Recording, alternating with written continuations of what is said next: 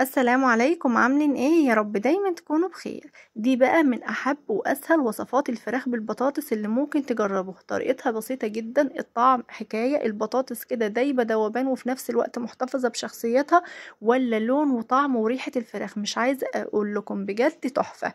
لو اول مرة بقى بتشوفوني انا رنا، ما تنسوش اللايك والاشتراك وتصلوا على سيدنا محمد في الكومنتات، ومع رنا رضا مش هتقدر تغمض عينيك.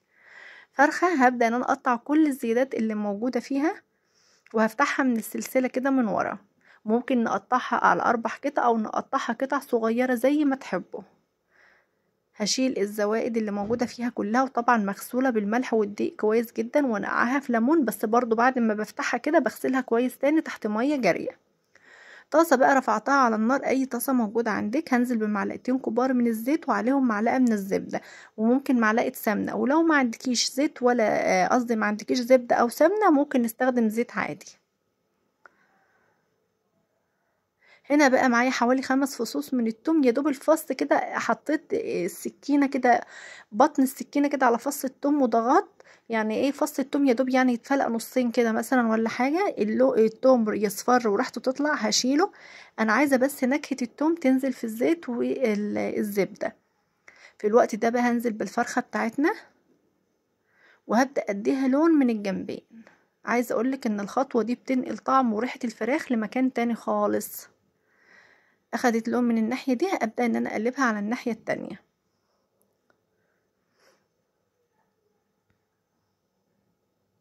هشيل بقى الفرخة كده على جنب، وفي نفس الزيت ونفس الطاسة زي ما هي نزلت بحوالي بصلتين كبار مقطعهم شرائح كده جوليان.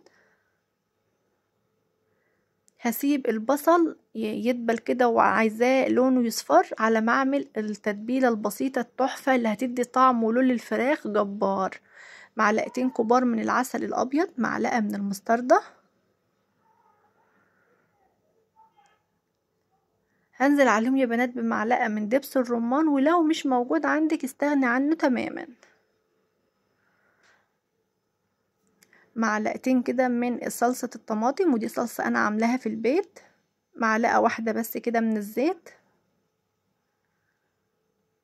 نص معلقة صغيرة من الفلفل الاسود. نص معلقة من توابل اللحمة. حوالي برضو نص معلقة من الملح، وربع معلقة كده من الكركم، ومعلقة كبيرة مليانة من البابريكا. البابريكا بتدي لون خطير يا بنات للمشويات. انا دايما بحب البابريكا في المشويات، بتديها لون حلو قوي. ولما باجي احمر اي حاجة رومي او بط في الفرن ولا حاجة، بدهن اللحمة او الطيور دي بدهنها بابريكا على زيت، بتدي لون رهيب. هاتم بقى الفرخة بالخلطة البسيطة اللي احنا عملناها، وهنخلي جزء منها علشان نحطه على الخضار، وجزء صغنن كده لما نيجي ندي لون للفرخة ندهن بيها دهنة صغيرة كمان. يعني تهني الفرخة وسيبي معلقتين كده على جنب. هدهنها من الجنبين، كل جنب لازم ادهنه كويس جدا بالتتبيلة دي او بالخلطة دي.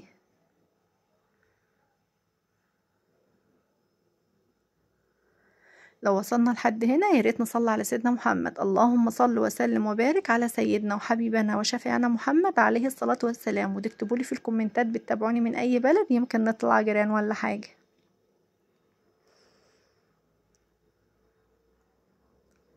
يعني هي الفرخة قبل ما تدخل تكمل تسوية مدية لون تحفة وريحة تحفة بصراحة.